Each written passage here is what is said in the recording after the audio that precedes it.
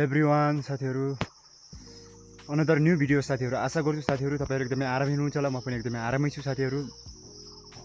धेरै लामो समयपछि म तपाईहरुको माझमा आएको छु यो एक हप्तापछि बल्ल तपाईहरुको माझमा आउन पाएको छु र किसानको छोरो परिसकेपछि काम गर्नै पर्यो साथीहरु पहाडको मान्छे भइसकेपछि कामको व्यस्तताले आउन सकिन त्यसको लागि एकदमै क्षमा चाहन्छु म हृदयदेखि नै र अब आशा गर्छु फेरि अब चाहिँ सधैँ तपाईहरुको माझमा म भिडियो लिएर आउने छु यदि तपाईले चाहिँ मेरो च्यानललाई सब्स्क्राइब गर्नुभएको छैन यदि मेरो च्यानलमा तपाईहरु नयाँ हुनुहुन्छ भने मेरो च्यानललाई सब्स्क्राइब गर्न नबिर्सिनु होला र बेल आइकनलाई अलमा थिच्नु होला ताकि म यस भिडियोले तपाईहरुको माझमा जान सकेको र साथीहरु आज चाहिँ पारी हामी उता जान लागेका छौं अब हामी चाहिँ उता गर्नै छ साथीहरु खेतमा गएर चाहिँ त्यो अस्ति जोत्नलाई लगेको जुवाहरू छ त्यो जुवाहरू ल्याउनु पर्ने छ अब त्यो जुवाहरू लिएर चाहिँ तल फेरि अर्को बारीमा तल अर्को खेतमा जोत्ने आज र म चाहिँ आज त्यो जुवा लिन जाँदैछु साथीहरु अब त्यो जुवा लिनको लागि चाहिँ यहाँबाट लगभग आधी घण्टा जति जानुपर्छ आउनु जानलाई चाहिँ लगभग 45 मिनेट जति लाग्छ त्यो खेतमा गएर आउनलाई त्यो हलो त अस्ति लिएर आयो साथीहरु अब जुवा लिन दुईटा त्यो जुवा लिन जाँदैछु त्यो जुवा लिएर आएपछि अब यति बेला त रोपिसक्ने हो अब तपाईहरुतिर त धान रोपिसक्यो होला हैन अब असार 15 पनि गइसक्यो तर हाम्रोतिर चाहिँ अझै रोप्न बाँकी छ साथीहरु पानी पनि आइदिएको छैन पानी पनि आउँछ सानो आउँछ तर त्यो पानी धान रोप्ने पानी चाहिँ अझसम्म आएको छैन त्यो ठुलो पानी आइदियो भने चाहिँ हाम्रोतिरको त्यो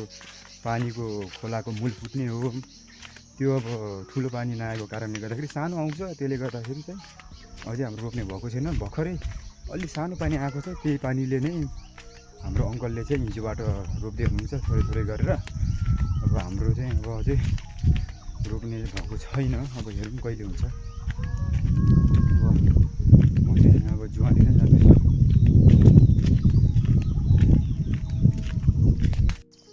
ल साथीहरु मैले चाहिँ यो जुवा पनि लिएर आइसकेको छु यो जुवा चाहिँ अब पारी खेतसम्मै जानु परेन किनकि हामीले चाहिँ हिजो चाहिँ जुवाले चाहिँ यहीँसम्म लिएर राखेको थियौँ यो खेतको यो चाहिँ यो बिउ हो यो चाहिँ हाम्रो जेठियामाहरूको खेतको बिउ हो धानको बिउ यो चाहिँ ऊ पारीबाट चाहिँ हामीले चाहिँ यहीँसम्म चाहिँ लिएर राखेको थियौँ किनकि जो हलोसँग लग्न गाह्रो भएकोले देख्छौँ चाहिँ पुरा खेत हो यहीँसँग चाहिँ खेतहरू पुरै खेत हो यो खेत चाहिँ आज लगाउने भनेको चाहिँ मान्छेले चाहिँ यो पानी नभर्न लगाएको चाहिँ अब यो जुवा चाहिँ लगेर म तल हाम्रो घरलाई राख्छु अलिक गोरुसँगै तल लगेर जानुपर्छ खेतमा अर्को खेतमा अनि त्यहाँ जोत्नु पर्ने छ हेर्नुहोस् अब हाम्रोतिर चाहिँ मकै चाहिँ यस्तो भएको छ है मकैहरू पनि यस्तो भइरहेको छ अब यो कतिले त त्यो माथिको मकैको त्यो पनि फालिसक्यो धान पनि फालिसक्यो सेतो धान फालेको भन्नाले पसाइसक्यो है सेतो माथिबाट निकालिसक्यो कतिले चाहिँ अब यो चाहिँ मकैको अवस्था यस्तो छ अब हामी चाहिँ घर गएर धान कुट्न पनि छ कि साथीहरु मलाई चाहिँ धान कुट्ने हो घर गएर धान कुट्न छ अनि त्यसपछि खानासाना खाएर अनि खेत जान्छु या गोठालो आउँछु मलाई पनि थाहा छैन अनि त्यसपछि गएर अब उतै घर गएर धान कुट्नु छ अब सिधै घरतिर जानु पर्यो साथीहरु फाइनली मैले चाहिँ जुवा पनि लिएर आइसकेँ अब यो जुवा चाहिँ म चाहिँ घर चाहिँ लाँदैन यहीँनिर राख्छु है यहीँनिर राख्छु यो जुवा चाहिँ दुईटै जुवा चाहिँ यहीँनिर राख्छु अनि त्यहाँबाट उता लानलाई सजिलो हुन्छ यो चाहिँ यहीँबाट नै जाने बाटो चाहिँ खेतमा घर चाहिँ छ यहीँनिरै छ यी घर त अब त्यही भए पनि अब यहीँनिर राखेको छु कि अब चाहिँ यहाँबाट चाहिँ उता लानलाई सजिलो हुन्छ किनकि उहाँ घरसम्म पुऱ्याउने किन अब यहीँबाट उतै जाने हो त्यही भएर त्यतै राख्छु त्यतै राखेको अब म चाहिँ गएर धान कुट्छु साथीहरु धान कुटेर खानासाना खाएर अब कता जान्छु म तपाईँलाई त्यो भिडियो चाहिँ देखाउने छु है त अब म चाहिँ धान कुट्न गएँ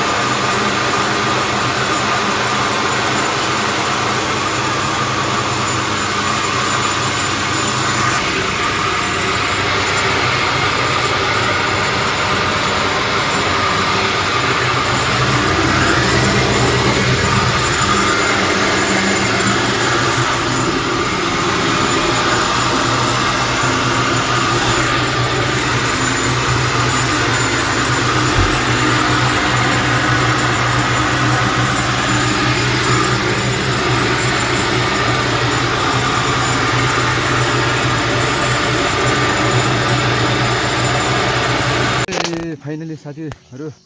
लाग्यो अब खानासाना धान कुटेर खाना खाएर पनि अब ल्याएर अब चाहिँ जोत्नतिर लाग्यो मेलातिर। अब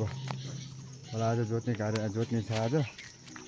आज चाहिँ गोरुहरू लिएर हिँड्ने जोत्नलाई। अब 2 हल गोरु होला नि। अब एकजना दाइ आउँदै हुनुहुन्छ, हाम्रो दाइ आउँदै हुनुहुन्छ, अनि म एकजना भएर 2जना भएर जोत्ने आज त्यो खेतलाई। आज लगभग आज सायद भ्याइँदैन होला, आसपास हुन्छ होला, तर भ्याइँदैन होला त्यो खेत जोतेर 2 हल गोरुले पनि, किनकि अब धेरै छ खेतहरू। अब सायद भोलितिर भ्याइन्छ कि त्यो खेत जोतेर। अब हेरौँ के कस्तो हुन्छ। ल त साथीहरू अब यहाँबाट यताउला गोरु लग्नु पऱ्यो खेतमा लगेर नार्ने यताउति गरी जोत्दाखेरि त अहिले सायद गर्मीले खत्तम पार्छ होला।